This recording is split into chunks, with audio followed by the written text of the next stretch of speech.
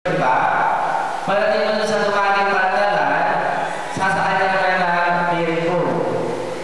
Nung nagkakaroon ako ng process doon, naging process ko ang bata, laging umuulan.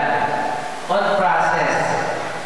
First time pag-process ko naman, nabasa ang memorandum of agreement ko together with the project proposal.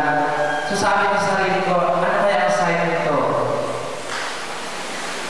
Dahil mo kayong nangyari, nagpatuloy pa rin ang process ko kasi ang market kay Sir Mark B. Ponce, District Alice Corino, Batan. Sir, ituloy mo na training dito sir kasi marami na akong clients na nag-inform. Nakakaya naman ulit natin itutuloy yung training natin dito. Okay, sabi ko sir, hintayin na lang tayo sa direction kasi parang malayo kasi kung tutusin na yung lugar ng Batan. Pero na-shock na lang kami noong September 18 and 19. Hindi ko in-expect for 8 to 11 schedule, I have 102 students confirmed for 8 to 11 lang. So, nagpapasalamat ako sa ating coordinator ng bata at si Ma'am Laila na ngayon, uwi na kami ngayon sa bata. And then next week, pasalamatan, of course, the administrative clerk, Sir Denny Buntaniel, and the local teachers of the Libacao, of course, Ma'am Anna Milpin, na siya tumutulong sa amin na gawing our marketing, of course, na nagkanda kami dito na advocacy dito sa part ng Libacao. And of course, may Ma'am Ivy Saspa.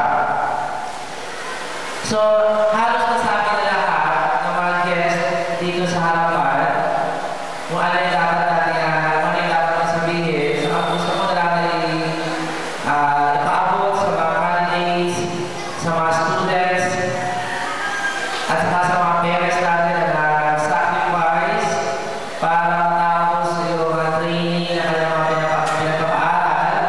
So, maraming salamat. At sa message kanina ni Ma'am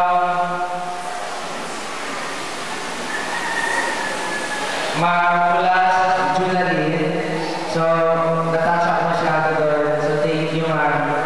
Kasi noong first orientation namin dyan sa Batan Elementary School, tinanong ko sa mga students ko kung sino na ang mayroon ng knowledge sa computer.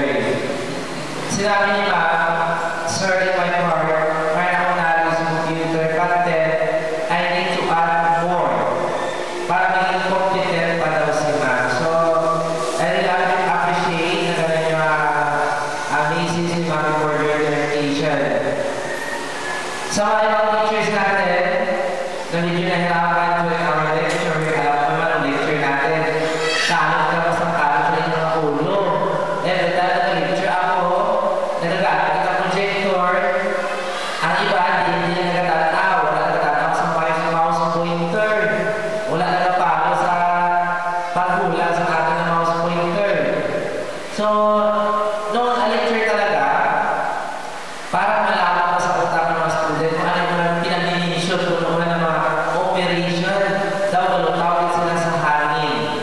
Pero, right after, right the middle of our lecture, para napansin ko na unti-unti na-improve yung operation sa mga students. Prior, yung mga young adults natin, may mga out of studio natin. And, kinakongratulate din yung ating mga aning na scholar in our scholar from Libacao District. Now, we have 4 computer staff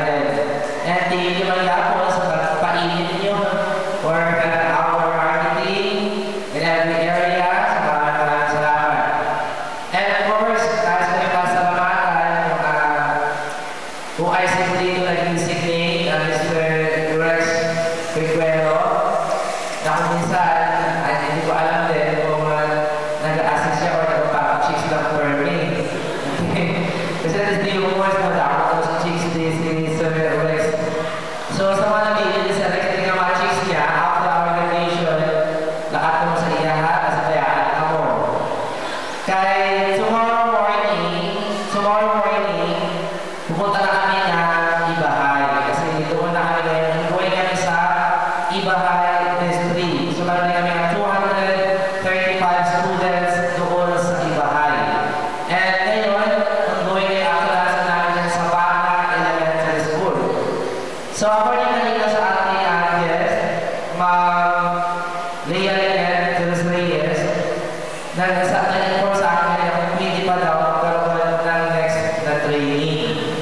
So sabi ko sa kanya, ibigay yun sa agreement at saka sa proposal natin.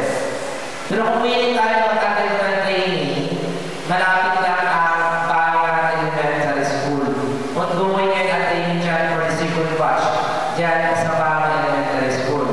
So kung meron pa kayo makilala na hindi pa nakapag-avail, nagkatawag ng computer literacy program, so inform them na tayo training dyan sa Banga Elementary School. Okay, sa mga staff natin, maraming salamat at sa aking police captor, Mr. Joy Inigo, thank you so much for your support. Every time na kailangan na, nandiyan ka always for decoration. And to inform you, one of the decorator is Joy Inigo. Okay, ang Madala District. And of course, ang scholar from Banga, pwede tumayo yung mga scholar ng Banga. Taga-Banga scholar, okay, Maya. Tayo daw, parang kaya ano kayo yan. Yan yung mga scholar namin ng Banga, meron kami 10 scholar kinuha sa Banga na naman. So, kung wala mga out of school yun na walang work, na hindi naman kaya gusto saan yung mag-aaral na ng format. So, nag-apply sila as one of our computer staff. So, free na lahat ng kanilang expenses. Until the end, na makagraduate sila. Okay? So, masabi ko na lang sa mga colleagues natin, sa mga parents natin, sa mga guests natin sa ngayon, maraming salamat. Once again, good afternoon and mabuhay tayo lahat.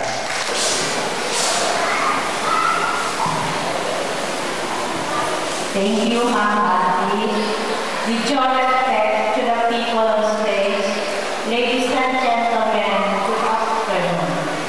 I am greatly honored that this computer literacy program has successful from the start up to its completion program. And of course, it's just proper to acknowledge the personalities behind this program.